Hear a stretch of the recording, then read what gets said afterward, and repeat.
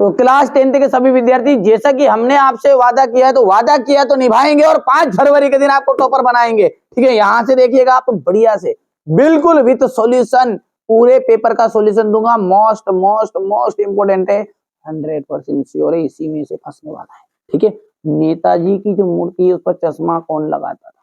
Captain चश्मे वाला। देखो भाई साहब, दूध का दूध पाने का मतलब होता है सही न्याय करना। ठीक है, जो आज के जमाने में नहीं है। ठीक है, साना साना हाथ जोड़ी किसकी रचना है? मधुकांतिया जी। रीतिकाल की जो समय अवधि है वो 1643 से 1843। ठीक है, युगधारा हमारे नागार्जुन भैया की। ठीक है, पुनरुक्ति प्रकाश अलंकार उसे कहते हैं जब एक ही शब्द की आवृत्ति एक से अधिक बार हो जाए। ठीक है, बढ़िया से कहा जाता है। जयशंकर प्रसाद आत्मकथ्य कविता हमारी पाठ्य पुस्तक में संग लेते। काम यानी जो है एक महाकाव्य है। ठीक है, एक से अधिक अर्थ देने वाले शब्द अनेकार्थी शब्द कहलाते हैं। मन्नू भंडारी के पिता रसोई घर को भटियार खाना कहते थे। नाटक में क्या जाएगा? नाटक में कई अंक होते हैं। यशपाल का आपका आ जाएगा यहाँ से लखनवी अंदाज। उल्लू का आ जाएगा यहाँ पर उल्लू बना मूर्ख बनाना आ जाएगा। हीरो सीमा का जाएगा आपका अनुपम विस्फोट। तुलसीदास का जाएगा कवितावली और काव्य की आत्मा आ जाएगा रस। ठीक है, पढ़ो ऐसा कि जो परीक्षा हाल में देखने को मिले। पता चले कि पढ़ के कुछ गए, कोई व्यक्ति ने रियल नाम से बता दिया, परीक्षा में आए ही नहीं, तो देखो भरोसा है तो पढ़ो, नहीं तो कोई बात नहीं। मैंने शुरू से ही बोल रहा हूँ ये शब्द आपको। चलिए आगे बढ़ते हैं। यहाँ से आप देख सकते हैं एक वाक्य में उत्तर है। यथाशक्ति में कौन सा समास है? अव्ययी भाव समास है। मेरे द्वारा पुस्तक पढ़ी जा रही है में कौन सा वाच्य है? कर्मवाच्य है। मधुकांतिया की कौन सी रचना आपके पाठ्यक्रम में? साना साना हाथ जोड़ी। श्री कृष्ण ने किसकी मर्यादा का पालन नहीं किया है? प्रेम की। खूब लड़ी मर्दानी वो तो झांसी वाली राजनीति में कौन सा अलंकार है? कौन सा रस है? तो वीर रस है। चिंतामणि आचार्य रामचंद्र शुक्ल की रचना है। ये क्वेश्चन नंबर 5 देख सकते हैं आप। और क्वेश्चन नंबर जो 6 है इसमें देखिए ये प्रश्न है। और क्वेश्चन नंबर 7 में ये यहाँ बिस्मिल्लाह खां को किस तरह व्यथित करते थे? देखिए, काशी में हो रहे जो परिवर्तन है ना, बिस्मिल्लाह खां को व्यथित कर रहे थे। वे दुखी थे कि काशी में संगीत साहित्य तथा अदब की कई परंपराएं समाप्त हो रही है। पहले जो मलाई बर्फ बेचते थे, देसी घी की कचौरियां, मिठाई मिलती थी, अब उनकी लगातार क्या हो रही है? कमी हो रही है। गाने वालों में संगीत के प्रति जो अदब था वो भी समाप्त हो रहा है। इसलिए बिस्मिल्लाह खां व्यतीत हो रहे। यहाँ से देखिए स्क्रीनशॉट, बहुत ही सिंपल लैंग्वेज में मैंने नोट से तैयार कराया है बच्चों के द्वारा। ठीक है, अब की बार 90 पार, ये जिन बच्चों का सपना है इस तरह से, ये अपनी कोचिंग का ही रिजल्ट है, घबराना नहीं है आपको। ऑफलाइन कोचिंग है अपनी, ऐसा नहीं है कि हर कहीं से उठा के अपन दे रहे हैं कि यहाँ पहली बार ये ऑनलाइन पे आए ना। ये आप तो इस तरह से परसेंटेज बना सकते हैं। यदि आप और अगले साल का रिजल्ट देखना चाहते हैं, 2022 का रिजल्ट, ये इस तरह से आप कर सकते हैं। ठीक है भैया, आप तो घबराइए मत, कंप्लीट करिए। ठीक है, मैंने कहा ना अब की बार 90 पार, जिसको वास्तव में बनाना है कंप्लीट कर सकता है। आगे बढ़ते हैं।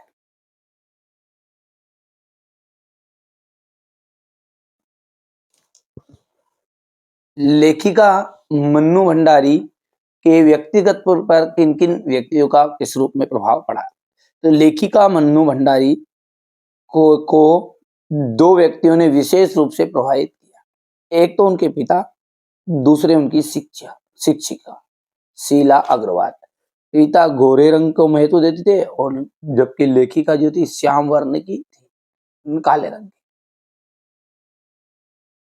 भगत की पुत्रवधू उन्हें अकेला क्यों नहीं छोड़ना चाहती?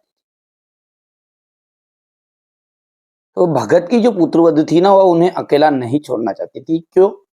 क्योंकि भगत की देखभाल करने वाला कोई नहीं था, उनके खाने पीने का प्रबंध करने वाला भी कोई नहीं था, तथा उनके खाने आदि की व्यवस्था करने एवं उनके साथ उनकी देखभाल के लिए रहना चाहती थी। ठीक है, हो गया इतना। चलिए आगे बढ़ते हैं। लेखक की दृष्टि में सभ्यता और संस्कृति की सही समझ अब तक क्यों नहीं बन पाई है? लोग सभ्यता और संस्कृति शब्दों का प्रयोग खूब करते हैं, लेकिन इनके अर्थ समझ में नहीं आते हैं। इन शब्दों के साथ विशेषण लगने पर कुछ अर्थ समझ में तो आता है, परंतु वहां गलत ही होता है। जैसे भौतिक सभ्यता और आध्यात्मिक सभ्यता में भौतिक और आध्यात्मिक विश्लेषण लगने पर उनके अर्थ गड़बड़ाते गए। यही कारण है कि सभ्यता और संस्कृति शब्दों को सही समझ अभी तक नहीं हो पाई है। आगे बढ़ते हैं और अगला देखते हैं। तो यहाँ से देखिएगा आपका यशपाल और यतीन्द्र मिश्र का आपका लेखक परिचय क्वेश्चन नंबर उसमें। तो यहाँ से आप यशपाल का लेखक परिचय करना है आपको। ठीक है, हमारे जो एमपी बोर्ड में होता है ना, वो आपसे है ना ये जीवन परिचय ये इतना पूछता ही नहीं है ना, आपसे रचनाएं पूछता है। तो यहाँ से देखिए ज्ञानदान, तर्क का तूफान, पिंजरे की उड़ान, झूठा सच, देशद्रोही। और भाषा शैली आप देख लीजिएगा, ये शैली है।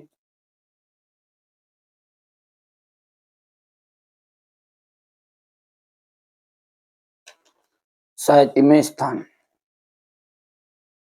ठीक है भैया, चलिए इसके बाद में आगे बढ़ते हैं ना।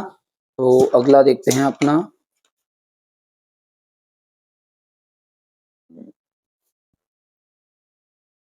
ये क्वेश्चन नंबर 9 है।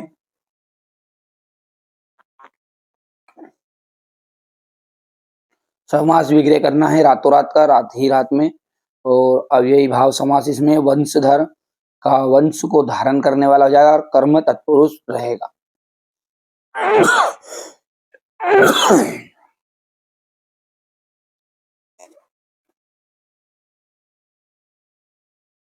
इस तरीके से आप है ना, ये बहुत ही शॉर्टकट तरीके से मैंने लिखवा लिए हैं बच्चों के द्वारा, ताकि आपको कम समय में पूरी जानकारी मिल जाए। ये अथवा रहेगा इसका। ये क्वेश्चन नंबर 11 है। यहां से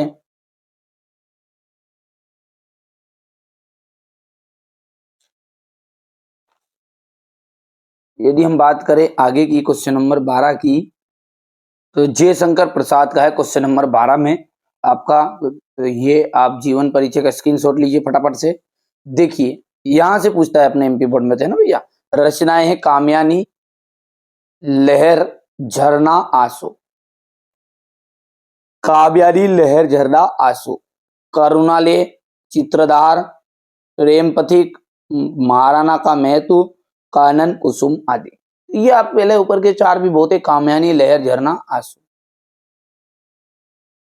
और भाव पक्ष की बात करें तो समस्ता का इन्होंने संदेश दिया है। ठीक है, दूसरा है छायावाद के ये जनक माने जाते हैं। पढ़ लेना आप थोड़ा थोड़ा, सिंपल है।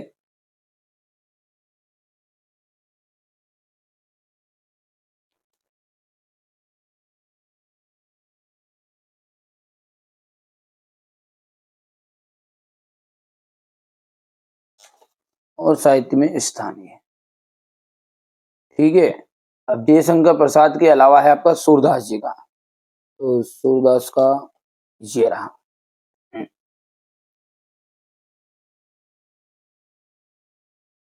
हो गया। इसके बाद में ये यहाँ से रचनाएं देखिए, सूरसागर, सुरसारावली, साहित्य लहरी। भाव पक्ष की बात करें तो ये देख लीजिए, भाव पक्ष में हो गया। कला पक्ष ये है आपका, और साहित्य में स्थान। चलिए, तो अब क्वेश्चन नंबर जो 13 है, उसमें क्या है आपका, आत्मकथा सुनाने के संबंध संदर्भ में कभी कभी कभी समय भी नहीं हुआ, कभी ऐसा क्यों कहता है।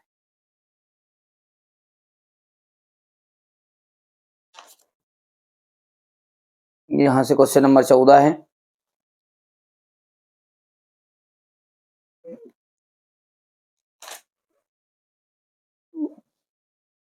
क्वेश्चन 15,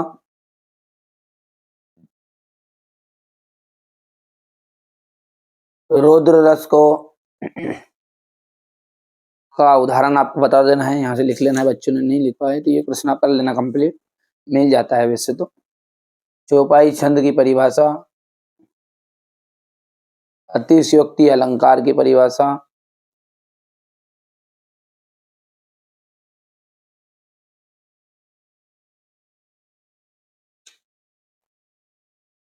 अब देखिए अगला जो है ना वो है नाटक और एकांकी में अंतर।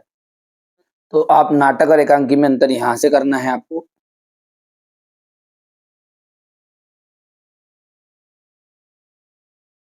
ठीक है, ये बढ़िया से कंप्लीट करना भैया, है ना। चलिए इसके बाद में आगे बढ़ते हैं और अगला क्या है, गद्य। इसे कहते हैं संदर्भ प्रसंग व्याख्या है, क्वेश्चन नंबर 18 से। तो ये क्वेश्चन नंबर 18 से पहले तो आप पेपर में स्क्रीनशॉट ले लो अच्छे से। ये यहां से है, ये क्वेश्चन नंबर 19, ये क्वेश्चन नंबर 20 आपका रहने वाला है। ये क्वेश्चन नंबर 21, 22 और ये 23 हो गया। चलिए तो ये अपन यहाँ पर देखते हैं क्वेश्चन नंबर 18, संदर्भ है ये प्रसंग और व्याख्या।